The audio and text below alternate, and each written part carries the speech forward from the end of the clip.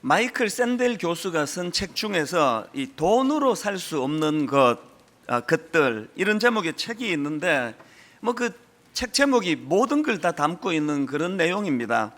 그 책에 보면은 이 중국의 그 독특한 회사를 하나를 이제 소개를 하는데요. 그 회사 이름이 텐진 어팔라지 컴퍼니, 우리말로 하면은 텐진 사과 회사. 벌써 이게 회사 이름부터가 좀 재밌지 않습니까? 그 이름 그대로 그 회사는 어떤 일을 하느냐? 이제 사람이 이제 살다가 사과할 일이 생기는데요. 그런데 이제 뭐 이런저런 껄끄러운 상황 때문에 이제 직접 사과하기가 어려운 상황에 놓이는 일이 생기면 이 회사에다가 의뢰를 하는 거예요. 저 대신 좀 사과 좀 해주세요. 그러면 이제 그 회사에서 보니까 막 아주 그 전문 분야의 여러 그 전문가들, 또 언변이 뛰어난 사람, 사회 경험이 많은 사람, 이런 사람들을 직원으로 채용을 해가지고 그 의뢰인 대신에 이제 사과를 해주는 그런 서비스를 하는 데가 바로 이 텐진 어팔러지 컴퍼니라는 거예요. 제가 그 기사를 그 책을 보면서 글쎄, 아무리 그 언변이 뛰어난 직원이 가가지고 대신 사과를 한다고 해서 그게 통하겠습니까? 아마 그 회사는 좀 있다가 망하지 않았을까, 그런 생각을 해본 겁니다. 여러분, 그 아무리 돈으로 못할 일이 없다 이런 세상이지만 마이클 샌델 교수의 그 책 제목 그대로예요. 여러분, 돈으로 살 수 없는 것들 많이 있습니다.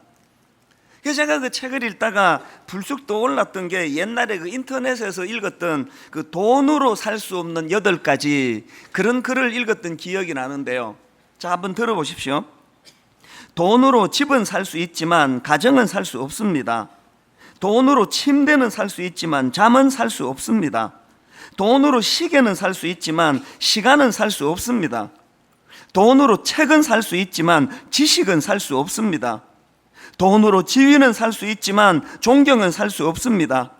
돈으로 약은 살 수 있지만 건강은 살 수 없습니다. 돈으로 피는 살 수 있지만 생명은 살 수 없습니다.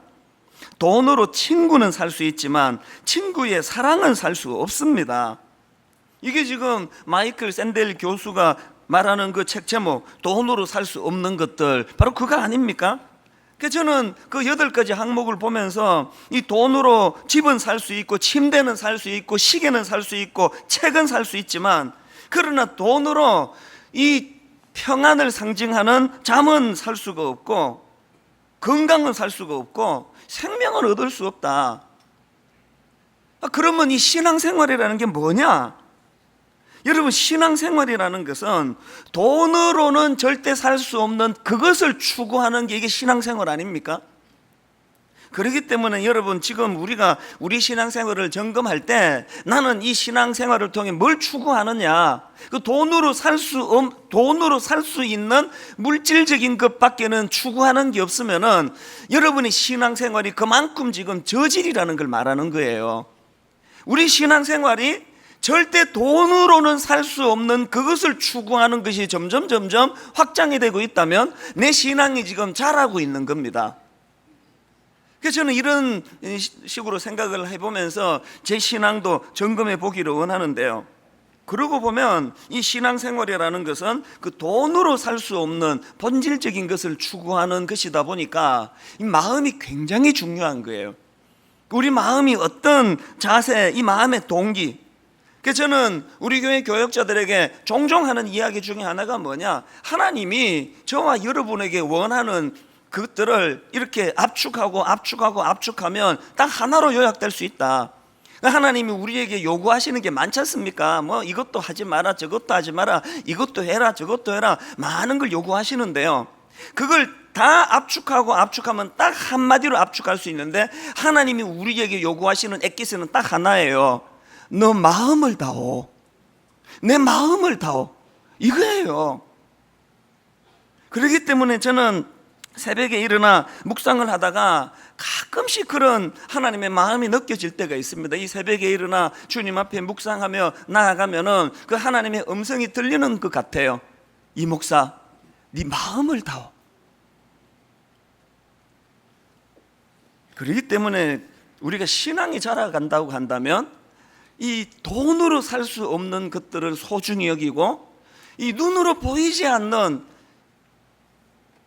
세계에서 귀하게 여기는 그 가치를 생각을 하고, 그러다가 보니까 하나님 앞에서도 그렇고요, 우리와 우리 사이, 인간과 인간 사이에도 이 마음을 주고 이 마음을 받는 일을 귀히 여기는 이런 열매가 나타나는 거예요. 그래서 저는 우리 교회 부목사님들에게 원하는 거 정말 없습니다.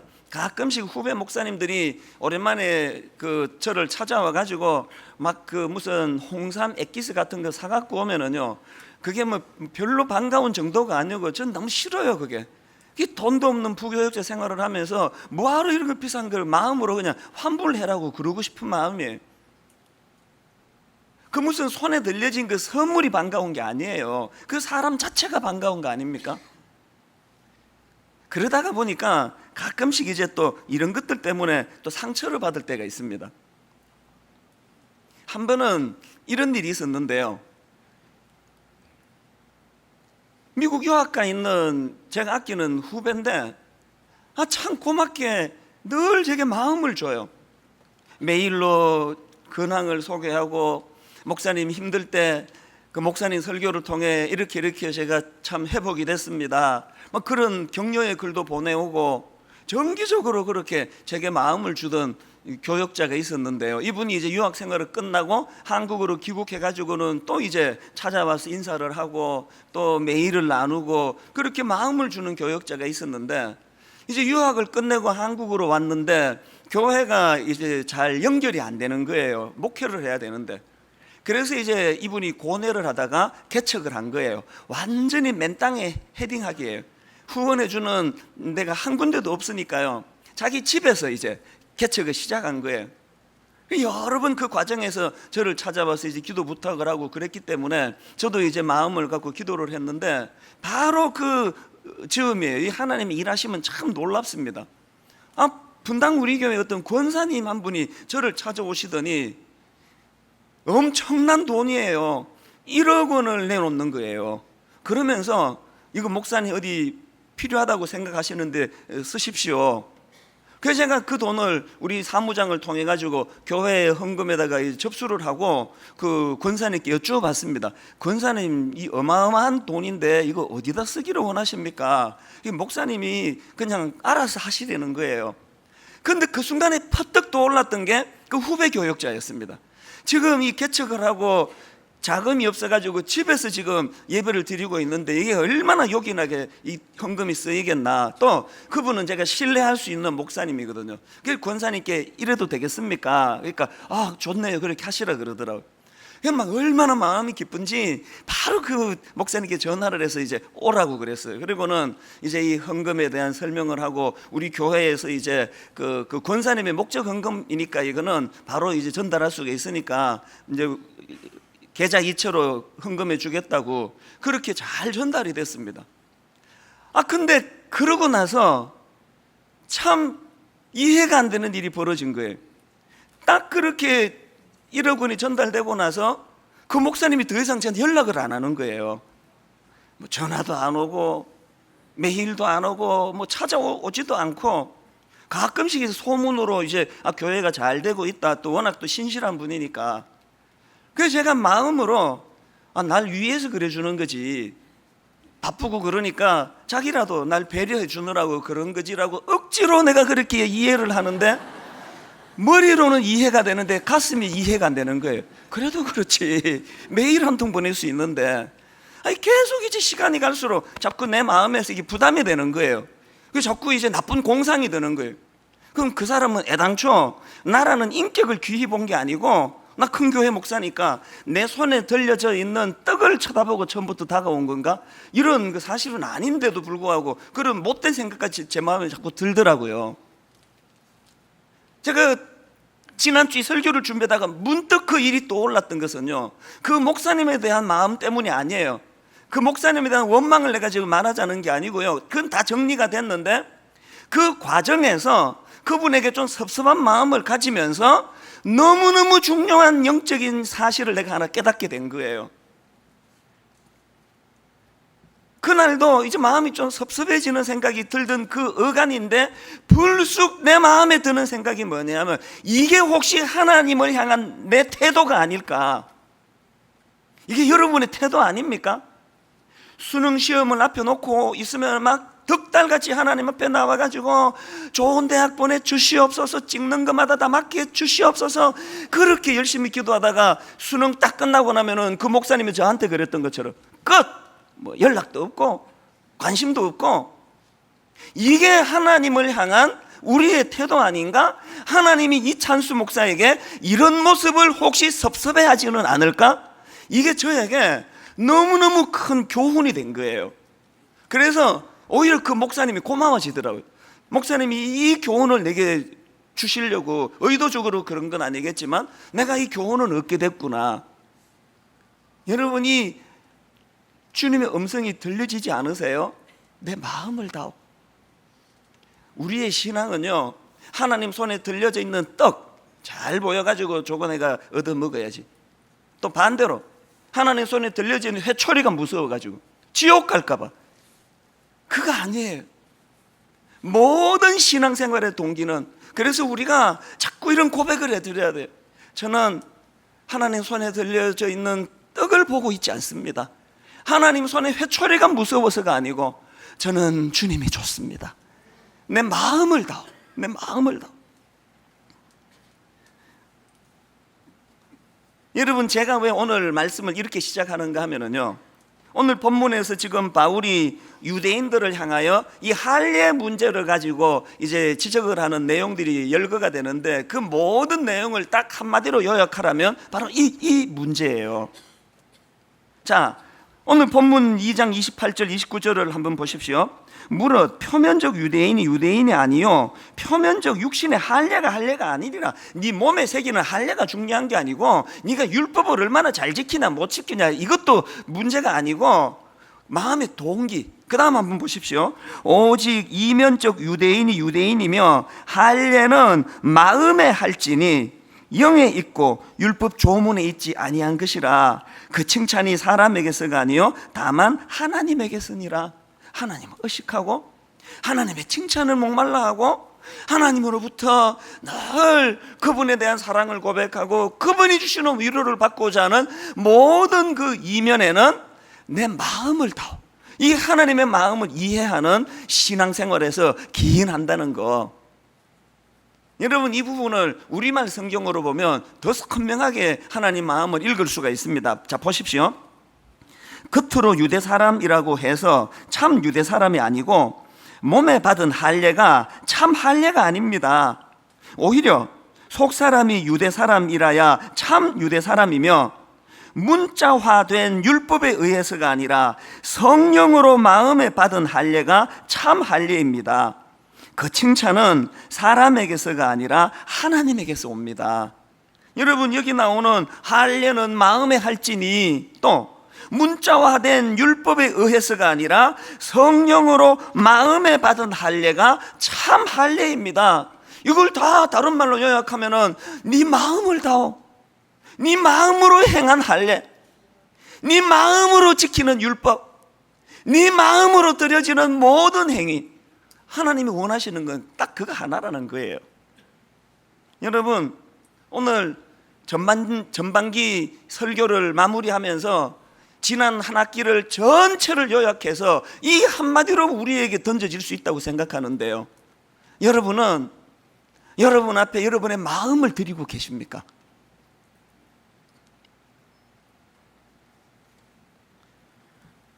이런 관점으로 오늘 본문을 쭉 읽다가 보면은 바울은 지금 이 할례 문제가 유대인들에게 얼마나 어긋나 있는가를 아주 정확하게 지적하는 것을 볼 수가 있는데요. 자, 이 할례가 유래가 어떻게 되는지 아시죠? 이 할례는요, 창세기 17장에 그 유래가 기록되어 있는데요, 창세기 17장에서 하나님께서 아브라함과 언약을 맺으시는데 하나님이 두 가지 약속을 주십니다. 하나가 뭐냐? 4절입니다. 보라, 내 언약이 너와 함께 있으니 너는 여러 민족의 아버지가 될지라. 그리고 또 한 가지 하나님이 아브라함에게 약속을 주시는데 7절입니다. 내가 내 언약을 나와 너 및 내 대대 후손 사이에 세워서 영원한 언약을 삼고, 그 다음 보세요. 너와 내 후손의 하나님이 되리라. 이거 관계 아닙니까?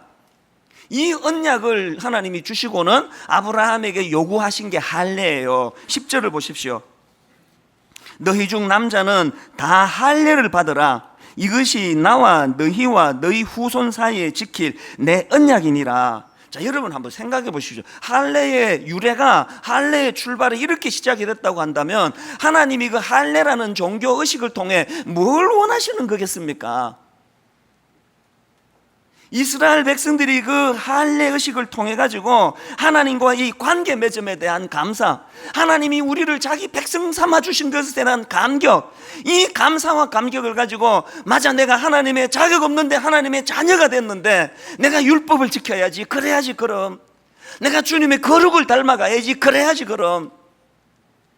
이스라엘 백성들이 그 할례의 흔적을 자기가 보면서, 맞아, 나는 하나님이 택한 하나님의 자녀지.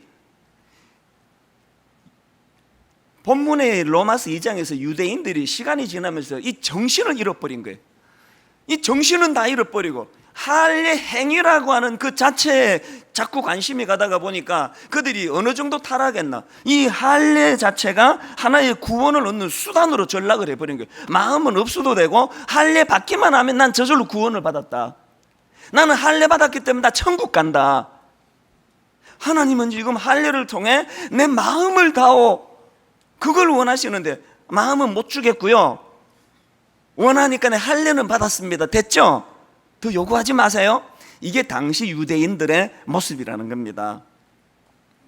그래서 저는 오늘 이 본문에 나오는 이 바울이 할례를 가지고 유대인들에게 지적하는 이 내용들을 살펴보면서요, 유대인들이 할례와 관련해서 그 범한 게 뭐냐, 저는 이걸 두 가지로 정리를 해보았는데요. 할례와 관련한 유대인들의 잘못, 첫째, 그들은 할례를 혈통적 우월주의로 전락시켜 버렸다는 것입니다. 그들은 자기들이 율법을 갖고 있다는 거 지키지도 않으면서, 그들은 자기 민족이 할례를 갖고 있다는 거, 이거를 혈통적 우월주의로 전락을 시킨 거예요. 예수님 당시에 그들이 얼마나 교만했습니까? 한 번은 예수님께서 요한복음 8장 32절에서 이런 말씀을 하십니다. 진리를 알지니 진리가 너희를 자유롭게 하리라. 그랬더니 유대인들이 대뜸하는 응수가 뭐냐, 바로 그 다음 33절을 보십시오. 그들이 대답하되 우리가 아브라함의 자손이라 남의 종이 된 적이 없거늘 어찌하여 우리가 자유롭게 되리라 하느냐. 지금 이 율법과 할례를 혈통적 우월감으로 전락시켜서 얼마나 교만해 있는가를 지금 볼 수 있는, 그들의 내면 세계를 볼 수 있는 말씀 아닙니까?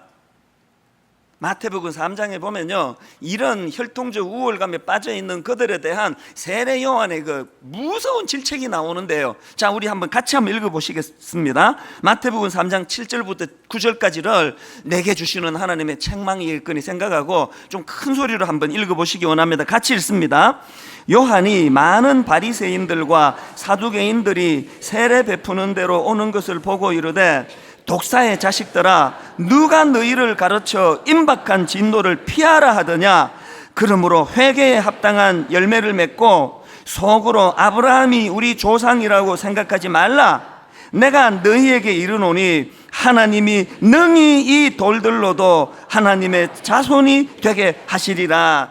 끝까지 종교적, 그 혈통적 우월감에 빠져가지고 뭐 하고 있느냐, 정신 차리라는 말씀 아닙니까? 오늘 우리 중직자들 가운데요, 저 같은 목회자나 장로나 또 권사나 혹은 모태신앙 5대째 예수 믿고 이런 분들에게서 찾아보기 쉬운 안타까움이 이 우월주의, 우월감 아닙니까? 난 이런 사람인데, 난 목사인데 말이야. 하나님이 참 싫어하시는 게 그거예요. 그래서 바울은 로마서 3장 9절에서 그러면 어떠하냐? 우리는 나으냐? 결코 아니라 유대인이나 헬라인이나 다 죄 아래에 있다고 우리가 이미 선언하였느니라. 여기 지금 예수 믿은 지 지금 한 달도 안 되신 분이나 저같이 55년 동안 교회를 다니고 목사가 된 사람이나 그러면 어떠하냐? 우리는 나으냐? 결코 아니라 유대인이나 헬라인이나 다 죄 아래 있다고 우리가 이미 선언하였느니라. 이 말씀으로 주님 앞에 회개의 자리로 나아가시는 저와 여러분 되시기를 주님 이름으로 축복합니다. 그런가 하면 두 번째로 할례와 관련한 유대인들의 잘못이 뭐냐? 그들은 할례를 종교적 형식주의로 전락을 시켜버렸다는 겁니다. 여러분 로마서 2장 28절 29절을 다시 한번 보십시오. 무릇 표면적 유대인이 유대인이 아니요 표면적 육신의 할례가 아니니라. 오직 이면적 유대인이 유대인이며 할례는 마음에 할지니 영에 있고 율법 조문에 있지 아니한 것이라. 그 칭찬이 사람에게서가 아니요 다만 하나님에게서라. 표면적 유대인이 유대인이 아니래요. 표면적 세례가 아니래요. 제가 물로 베푸는 이 물 세례는 이거 아무것도 아니에요. 물 세례라는 것은 내가 하나님 앞에 하나님의 자녀된 자로서의 자리로 나아가야 되겠다는 결단의 그 마음을 받는 거지, 물로 찍어 바르는 그 행위가 아니에요. 그래서 여러분, 우리가 이 할례는 마음에 할지니, 이 세례는 마음에 할지니, 이 예배는 마음에 할지니, 우리 전 신앙 영역을 이 잣대로 돌아봐야 되는데요, 점검해 볼 게 참 많습니다. 제일 먼저 점검할 게 예배예요. 예배. 매주마다 드려지는 이 예배가 여러분 마음으로 드려지는 예배입니까? 요한복음 4장 24절, 하나님은 영이시니 예배하는 자가 영과 진리로 예배할지니라. 여러분, 온 마음이 드려지는 예배입니까? 저는요, 지난 5월 달에 온 마음으로 드려지는 예배가 어떤 모습인가를 제가 신문을 통해서 봤는데요, 놀랍게도요, 온 마음을 통해 드려지는 예배가 어느 예배당에서 목사님이 설교하는 부흥에서 내가 본 게 아니고요, 놀랍게도 잠실 주 경기장 토요일 저녁 비틀즈의 원년 멤버인 폴 맥카트니 공연에서 하나님이 기뻐하시는 예배가 이런 거구나 내가 발견을 한 거예요. 폴 맥카트니라는 유명한 그 비틀즈 멤버 가수가 70 몇 살 되신 그 어른이 이제 공연을 했는데, 그날 잠실 주 경기장에 4만 5천 명이 모였대요. 다녀오신 분 계시죠? 손 들어보세요. 계시잖아요. 그날 목슈라고 막 맥카트니를 찬양하신 분, 그날 4만 5천 명이 입추의 여지없이 들어차 있는데 폭우가 쏟아지, 폭우. 막 폭우가, 비가 조금 온 게 아니고요, 폭우가 쏟아지는데 잠실 주 경기장에 여기처럼 지붕이 있는 데가 아니잖아요. 비를 고스란히 다 맞으면서 3시간 가까운 시간 떠나가는 사람 없이 그냥 그 사람의 공연을 듣기만 한 게 아니고 떼창이라고 그러더라고요. 4만 5천 명이 합창을 부르면서 라라라라라라라 라라라라 라라라 온 정성을 다하여 그를 경배하며 찬양했는데요, 월요일날 아침에 제가 신문을 딱 폈는데 그 기사가 대문짝같이 나왔더라고요. 하필 그 전날 말씀이 잘 안 풀리고 그래가지고 막 조는 사람이 있고 이래가지고 마음이 심란하던 차에 이걸 보니까 더 심란하더라고요. 이 하나님을 예배하는 목사는 설교가 이렇게밖에 안 되고 조는 사람은 이렇게 많은데, 맥카트니는 그 우중에 4만 5천 명이 그를 찬양하고 경배를 하고 얼마나 맥카트니가 흐뭇했는지요. 전 세계 공연을 다니는 이분이 그 잠실 그 공연을 잊을 수가 없다고 그랬대요. 그래서 제가 그 신문 기사를 보면서 하나 결심했습니다. 좋다, 오늘 이 시간부터 맥카트니는 내 라이벌이다. 내 생애에 정말 단 한 번이라도 맥카트니가 공연하며 보여주었던 신령과 진정으로 경배하는 게 어떤 건가를 한 번이라도 내가 구현을 해볼 것이다. 그렇게 라이벌로 삼고 5월에 결심했는데 지금까지 구현은 안 되고 있습니다. 5주 설교를 쉬면서 뭐가 문제인지 좀 곰곰이 좀 생각하고 올게요. 여러분은 또 그거 깨닫기 전에는 오지 마세요. 그러지는 말아 주시고요. 이게 마음이 참 이상하더라고요. 너무 제가 좀 초라하고, 왜 하나님께 신령과 진정으로 예배가 드려지는 게 이렇게 어렵나. 그래서 내가 당회를 하다가 장로님들께 내가 그 이야기를 했어요. 그래서 이런 일이 있었다 그랬더니 참 착하신 한 장로님이 저를 이렇게 위로해 줬습니다. 목사님, 그 공연은 몇 년에 한 번 있는 건데 목사님은 매주 인도하는데 힘내십시오. 참 힘이 나더라고요. 여러분, 좋아하고 따르는 가수가 무대에서 노래를 해도 마음이 거기에 쏠려지고 마음이 들여질 때는 피가 문제가 되지 않아요. 피가. 우리 지붕 뜯고 한번 예배를 드려볼까요? 그런가 하면 여러분, 우리 헌금 생활에 대해서도 마찬가지예요. 저는 교회를 개척하면서요, 헌금과 관련해서 3가지 결심을 했습니다. 첫째, 헌금 주머니 안 돌린다. 지금 믿음이 약하고 아직 헌금할 그런 신앙이 없는데 그 주머니가 왔다 갔다 하면 얼마나 민망하겠습니까, 그분이. 그리고 뭐 11조니 뭐 감사헌금이니 헌금을 내가 주보에 이름 안 낸다. 하나님께 드렸으면 뭐 사람에게 이거 왜 알려야 되나. 그리고 또 하나, 절대 내가 헌금 강요하지 않는다.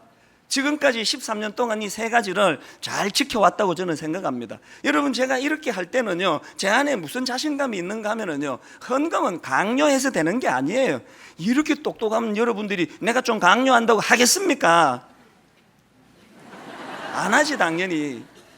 그러나 제가 믿는 게 뭐냐, 은혜 받으면, 하나님의 은혜가 그 마음 안에 폭포수처럼 부어지면은요, 그래서 분당 우리 교회가 지난 13년 헌금 주머니 한번 돌린 적이 없고, 우리가 그 주보에다가 명단 쫙 낸 적 없어도요, 예산 없어가지고 일 못한 적 없습니다. 제가 궁금해서 설교 준비하다가 복지 담당하는 그 이웃 사랑 담당하는 목사님께 내가 확인해 봤습니다. 참 가슴 따뜻한 이야기라더라고요. 세상에 지금 긴급 구호 헌금, 또 이삭 죽기 헌금, 이런 명단 하나 밝히지 않는데요, 넘치도록 제 헌금이 들어오고 있다는 거예요. 제가 개척하면서 결심했던 또 하나가 뭐냐 하면은요, 임직 예배를 드릴 때 장로로 세워지고 안수집사로 세워지고 권사로 세워질 때 헌금 내가 요구하지 않는다. 뭐 예를 들면은 뭐 장로 3천만 원, 뭐 권사 1,000만 원, 안수집사 1,000만 원. 이게 저는 이해가 잘 안 되는 거예요. 저희 교회는 지금까지 장로 된다고 권사 된다고 뭐 얼마 이렇게 할당하는 거, 그건 좀 옳지 않다고 생각하거든요. 지난 4월 달에도 우리 교회에서 임직 예배가 드려졌지 않습니까? 제가 이번에 장로 후보, 권사 후보, 안수집사 후보 다 모아가지고 매번 똑같은 말을 하는데 그날 또 되풀이했습니다. 헌금 교회가 정해주지 않는다. 그러나 여러분, 자격 없는 자에게 이 귀한 직분 주신 하나님께 감사해야 된다. 감사 헌금 드려야 된다. 단 하나님께 마음으로 드려라. 여기 지금 경제적으로 어려운 분이 계시는 걸 내가 아는데 10,000원만 하십시오. 1,000원만 하십시오. 액수의 문제가 아니고 마음이 드려지는 걸 하나님 원하십니다. 그리고 저는 지금까지 13년 동안 누가 헌금 얼마 한가를 뒤져본 적이 없습니다. 안심하십시오. 그렇게 광고를 하고 끝났어요. 그리고는 뭐 실제로 저는 뒤져보지 않습니다. 최근에 제가 얼마나 감사했는지, 이 설교를 뒷받침해야 되니까 제가 사무장에게 메일로 문의를 했습니다. 그 임직 헌금이 지금까지 얼마 헌금이 들어왔나? 놀라지 마세요. 6억 6천만 원이 더 되는 헌금이 들어온 거예요. 한 명도 강요해서 어디 이름 나와서 한 게 아니고요, 전적으로 하나님만 바라보고 드린 헌금이에요. 우리 당회가 이 귀한 헌금을 어떻게 써야 되느냐 의논하다가요, 가평의 장애인 공동체에 지금 진행되고 있는 거기에다가 이 헌금을 사용하자. 여러분, 이제 내년부터 저 땅을 밟게 될 텐데요, 저게 다 이런 사랑의 정신으로 세워진 그 공동체가 될 거예요.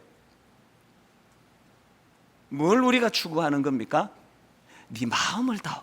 주보에 이름 실지 않아도, 헌금 주머니 들락날락하지 않아도 네 은혜를 하나님께 표현하는 마음을 다오. 여기 지금 경제적으로 어려운 분 계시면요, 저한테 문의 가끔씩 옵니다. 저는 하나님께서 그 정신을 다 갖고 계시다면 헌금 때문에 그렇게 신경 쓰시지 않는다고 믿습니다. 만약에 우리 교회가 헌금 주머니를 만약에 돌린다고 치고 여러분이 지금 드리고 싶은데 헌금이 없으면 빈 주머니 넣었다 빼면 돼요. 그 금액을 하나님 보십니까? 하나님 여러분 주머니에 조금 못 빼먹어가지고 안달복달하는 치졸한 분으로 여러분이 하나님을 전락시키면 안 됩니다. 빈 주머니 넣었다 빼면 돼요. 아버지 드리고 싶은데 물질이 없습니다. 내 마음을 드립니다.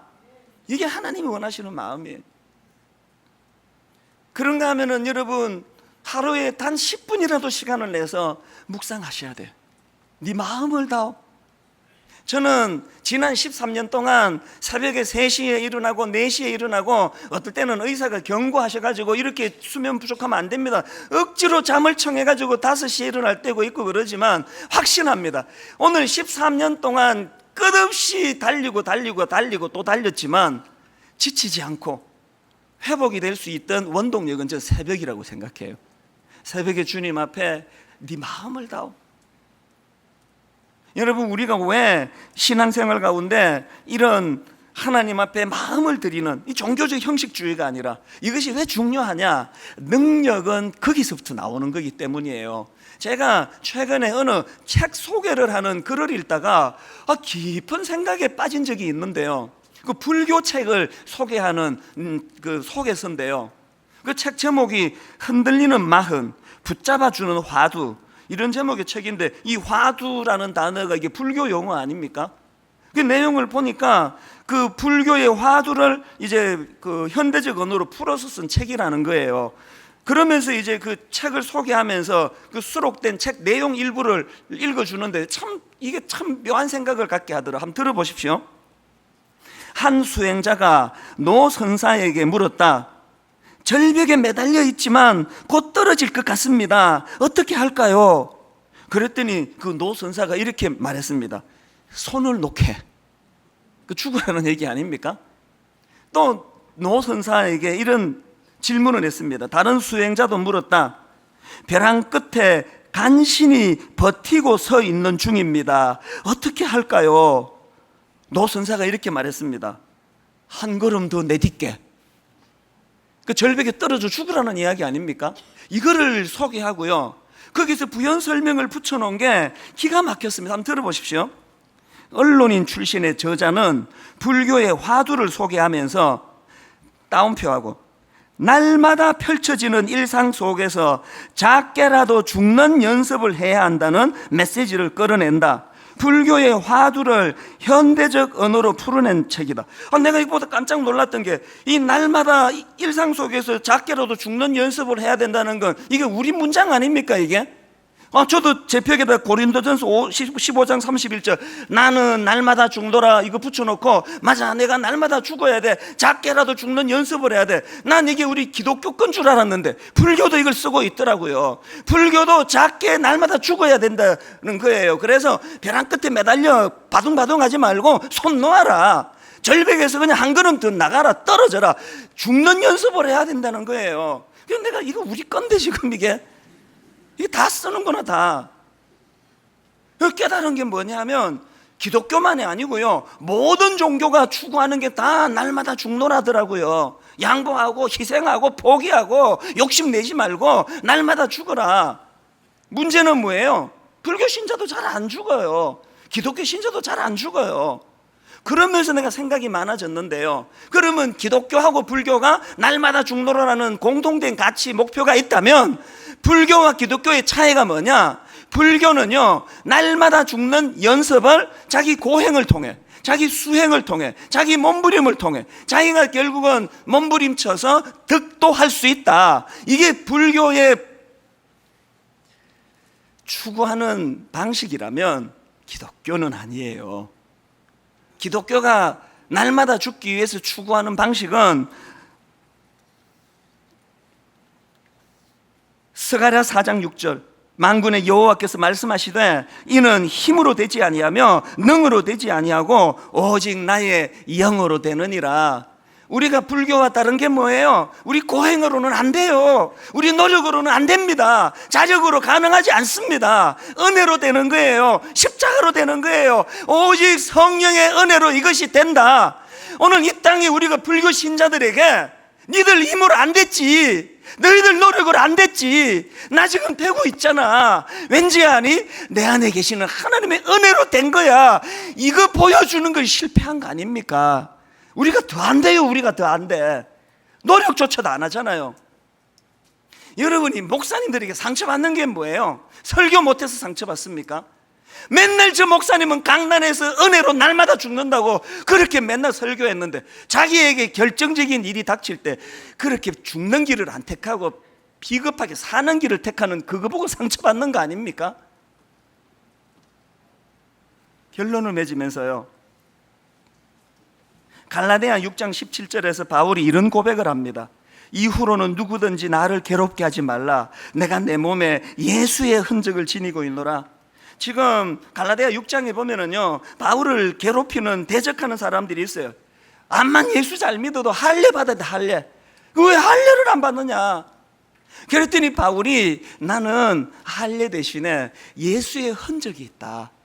여기 나오는 흔적은 원어로 스티그마라는 단어인데요, 이 스티그마는 뭐냐 하면은 고대 사회에서 주인이 노예에 대한 그 소유권을 이제 확보하기 위하여 노예의 몸에 낙인 찍는 거, 이 도장, 이게 스티그마예요. 바울이 뭐라고 이야기합니까? 나는 할례, 육신의 할례보다 소중한 거, 내 몸에 예수의 흔적이 있다. 내가 주의 종으로 헌신하고 살다가 상처받은 아픔의 흔적, 자격 없는 나를 인도해 주신 하나님의 사랑의 흔적. 여러분, 여러분에게 예수의 흔적이 있습니까? 부인할 수 없는, 생각만 하면 눈물이 나는, 23살 어린 나이에 제가 시카고에서 갈파를 알지 못해 방황할 때 어떻게 인도해 주셨고, 부인할 수 없는 스티그마, 주님의 흔적으로 저를 여기까지 견인해 준 그 예수의 흔적이 오늘 저를 여기까지 가도록 해주신 동력이라면 여러분에게 이 흔적이 있습니까? 오늘 새벽에 이 말씀을 여기까지 준비하다가 이 찬양 하나가 입술에서, 주님과 함께하는 이 고요한 시간, 주님의 보좌 앞에 내 마음을 쏟네. 모든 것 아시는 주님께 감출 것 없네. 내 마음과 정성 다해 주 바라나이다. 온 마음 다해 사랑합니다. 온 마음 다해 주 알기 원하네. 내 모든 삶 주님 것이니 주만 섬기리. 온 마음 다해. 나는 내 몸에 예수의 흔적이 있노라. 한 학기를 마무리하는 이 시점에서 나는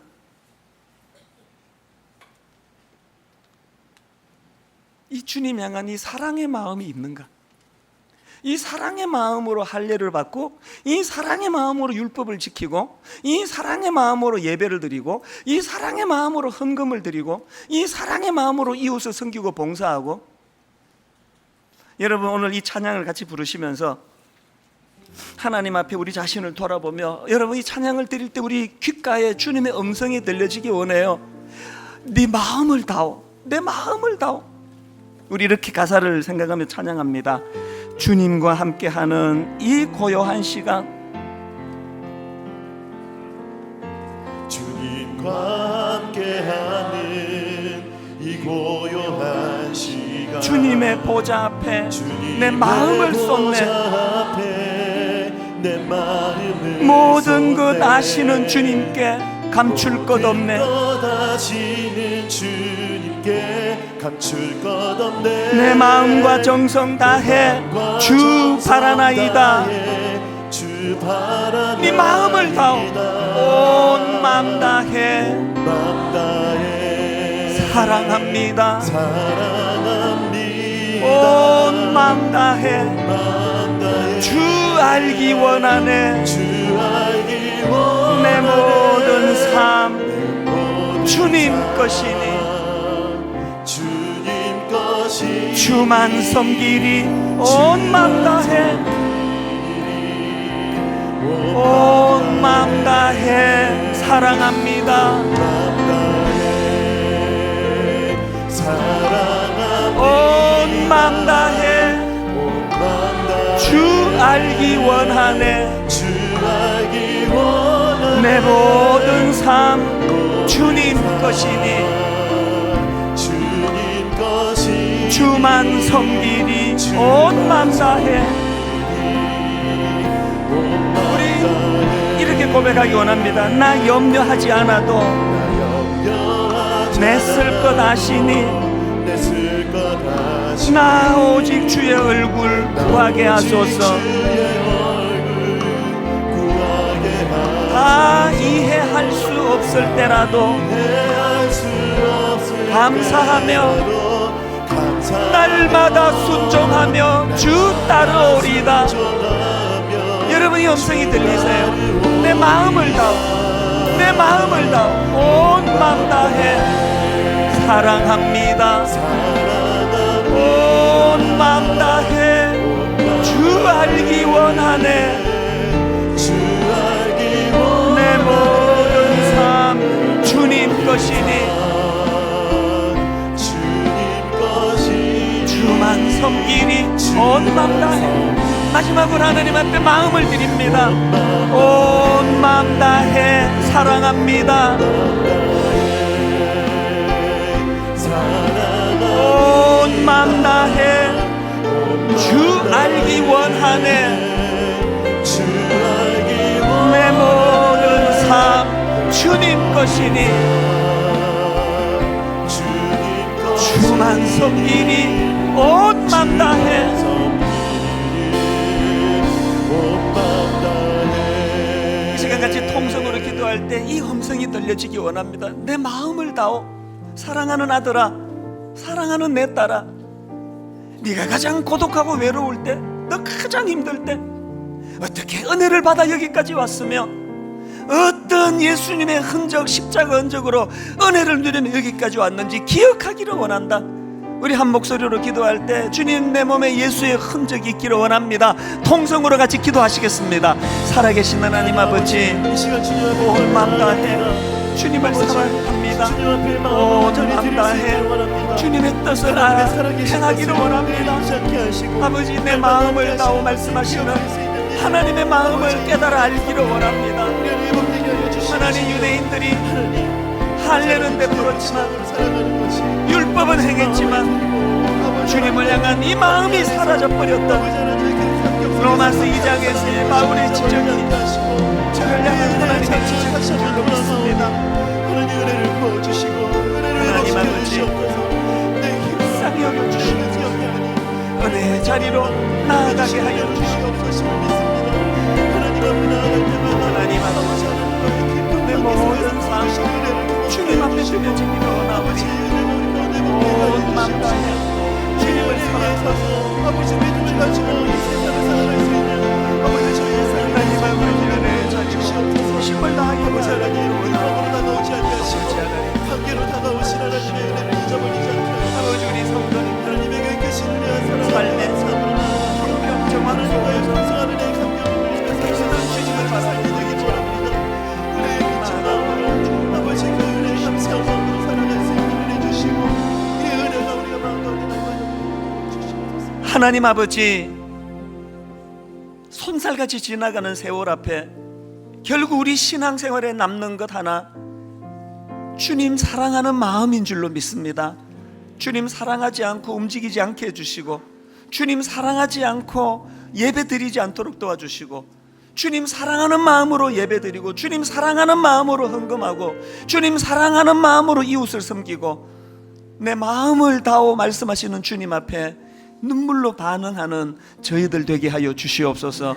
오늘 이 모양 저 모양 어려움 중에 있지만 그 가운데 주님을 의지하며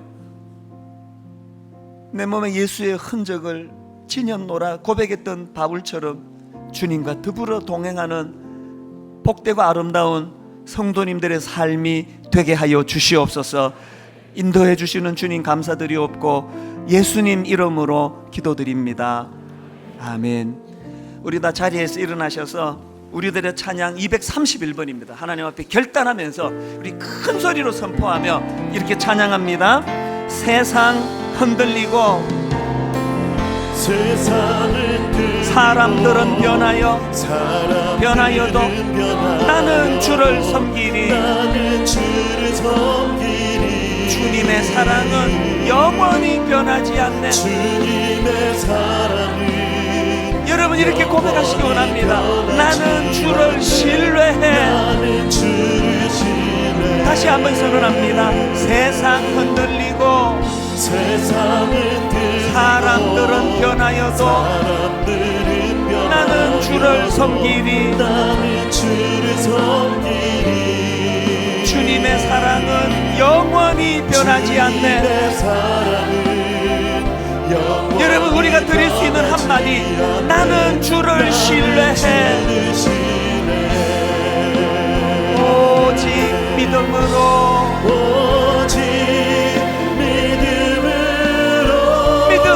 내가 살리라. 오직 믿음으로 내가 살리라.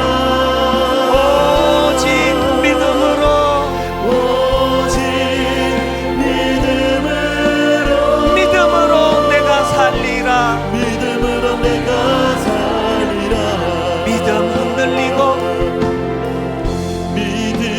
사람들 주를 떠나도 나는 주를 섬기리. 주님의 나라는 영원히 쇠하지 않네.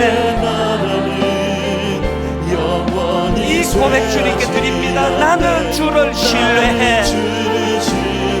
아멘. 오직 믿음으로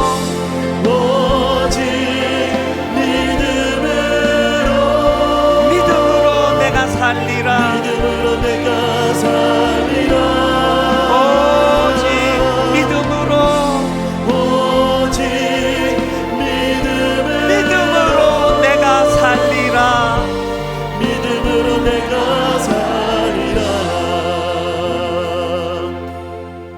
여호와께서 이르시되 이스라엘아, 내가 돌아오려거든 내게로 돌아오라.